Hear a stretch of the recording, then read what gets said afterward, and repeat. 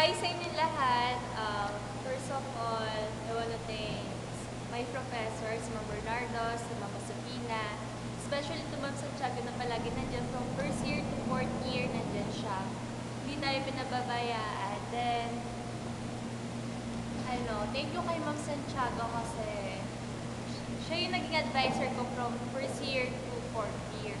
Noong una, sabi ko sa sarili ko, ayoko mag-HRM kasi nga sinasabihan na wala namang ginagawa, di nag-aaral yan, papasarap na ng buhay. Pero nung as time passed by, na-realize ko na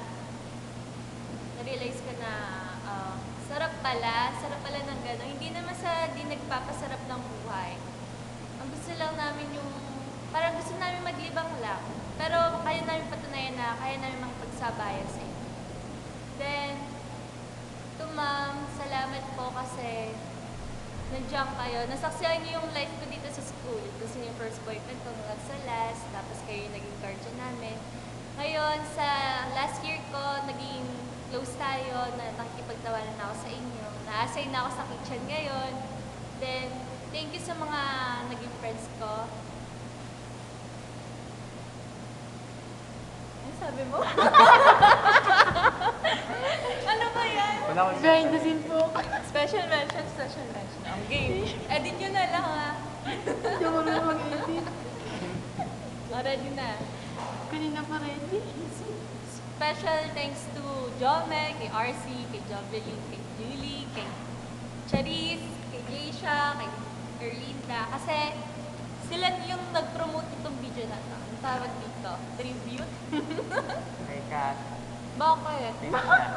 Napaka mo, hindi pa nga ako tapos eh. Hindi pa tapos. Sabi ko 1 minute na, nakaka 2 minutes ka.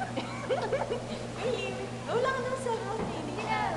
Game. Last word. Last word. And by tomorrow. Thank you sa mga kaibigan ko.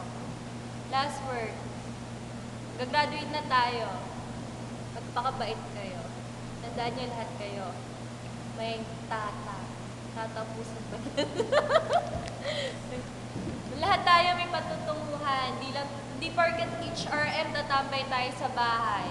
Tandaan niyo ang HRM malaki ang sahod sa ibang bansa. Pag-usahin niyo lang, pagsipagan, pagsikapan lahat, tapos ang pera sa atin, ganito.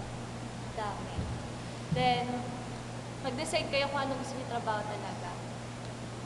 Tapos huwag niyong kalilimutan palagi yung kung sino yung gumabay sa inyo.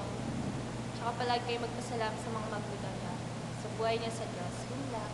Ingat kayo. Bye-bye.